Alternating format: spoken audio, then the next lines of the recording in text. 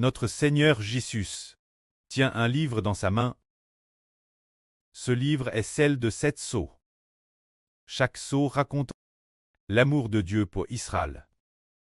Car l'ouverture de chaque sceau, les 4 premiers cavaliers, les 4 sceaux racontent tous que Dieu, travers 4 cavaliers, combattra et détruira les nations de Satan, fera miséricorde Israël, fera miséricorde l'Israël spirituel, et retranchera les ennemis d'Israël. Le premier sceau, le cavalier sur le cheval blanc part en guerre. Il part en guerre arme d'une arc, pour détruire les anges de Satan, manifestant ainsi la faveur de Dieu envers Israël, car ces anges de Satan sont les ennemis de l'Israël spirituel. Le deuxième cavalier, le Seigneur Christ ouvre le second sceau. Le cavalier sur le cheval rouge apporte la guerre sur la terre, pour éliminer la descendance de Satan, montrant que Dieu fait miséricorde Israël, et préserve les enfants d'Israël.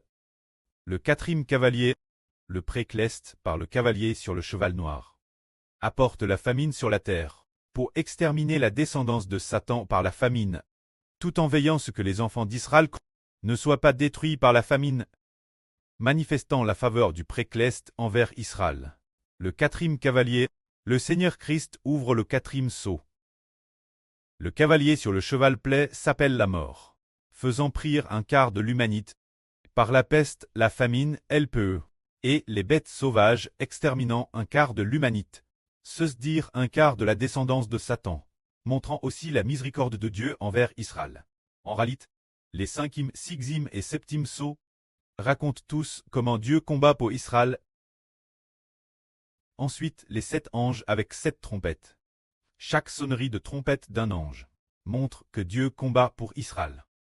La fin, il y a encore 7 anges, avec 7 coupes d'or, chaque coupe tant remplie de la fureur de Dieu. Ces 7 coupes de fureur servent toutes détruire la descendance de Satan, montrant la miséricorde de Dieu envers Israël. Voyons donc les 7 sceaux dans la main du Seigneur Christ, les 7 trompettes des anges, et les 7 coupes d'or. 3 fois 7 font 21. Ces 3 7 montrent tous que Dieu favorise Israël et combat pour Israël. C'est ainsi qu'il y a 2 mois, le guide suprême de l'Iran a tué dans un bombardement, et durant ses jours de sa mort, le Saint-Esprit du précleste a dit ceci à Hbert. Dieu est le Seigneur. Le pré et le Seigneur ont déjà combattu pour toi. Ont déjà combattu pour Israël. Louez le précleste et le Seigneur. C'est de dire que le précleste et le Seigneur en ce moment, madame, combattent pour l'Israël spirituel.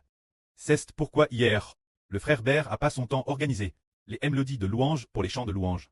En organisant ces mélodies, il a découvert qu'il y en avait énormément. Vraiment beaucoup. Ainsi 10 chansons ne suffiraient pas toutes les contenir. 20 chansons ne suffiraient pas non plus. Il faudrait 30 chansons pour tout contenir. Et que représentent 30 chansons? Combien de psaumes de louange avons-nous? 880 psaumes. Alors 30 chansons, pour chaque psaume, rien que pour les mélodies de louange. Il faudrait plus de 50 000 chansons, plus de 50 000 ou 60 000 chansons. Hbert en tête tout tourdi, c'est qu'il y a tellement de chansons, qui sont toutes des mélodies de louange. Pour quelle raison? C'est parce qu'il faut louer le précleste et le Seigneur. Alors, le frère Hbert en tant que grand prêtre, a composé lui-même des mélodies de louange. Il y en a beaucoup, de magnifiques mélodies de louange qui sont apparues, toutes pour glorifier le nom du précleste et du Seigneur. Quant au frère Hbert, les mélodies de louange qu'il a composées lui-même sont magnifiques. Ainsi donc, actuellement, chaque recueil de louanges contient 50 cantiques. Au départ, nous avions prévu d'augmenter 60, mais hier il a été décidé d'augmenter 70. Il y en a 30 qui sont des mélodies de louange, et 40 qui sont d'autres mélodies, afin de louer notre précleste et le Seigneur Jésus. Car le précleste et le Seigneur ont déjà combattu pour nous. Ces 70 cantiques n'est-ce pas une très bonne chose? C'est très bien, car le précleste a créé toutes choses en 7 jours. Se dire 7, le Christ Seigneur a 7 cornes sur la tête. 7 yeux, c'est aussi 7, Jacob d'Israël. N'est-ce venu en Égypte qu'avec 70 personnes, ce qui fait aussi 7. Alors Dieu a fait miséricorde aux Israélites. Pour les Israélites, il a été fixe 70 semaines d'âne, ce qui est aussi 7. Cela montre donc que nous devons utiliser le 7.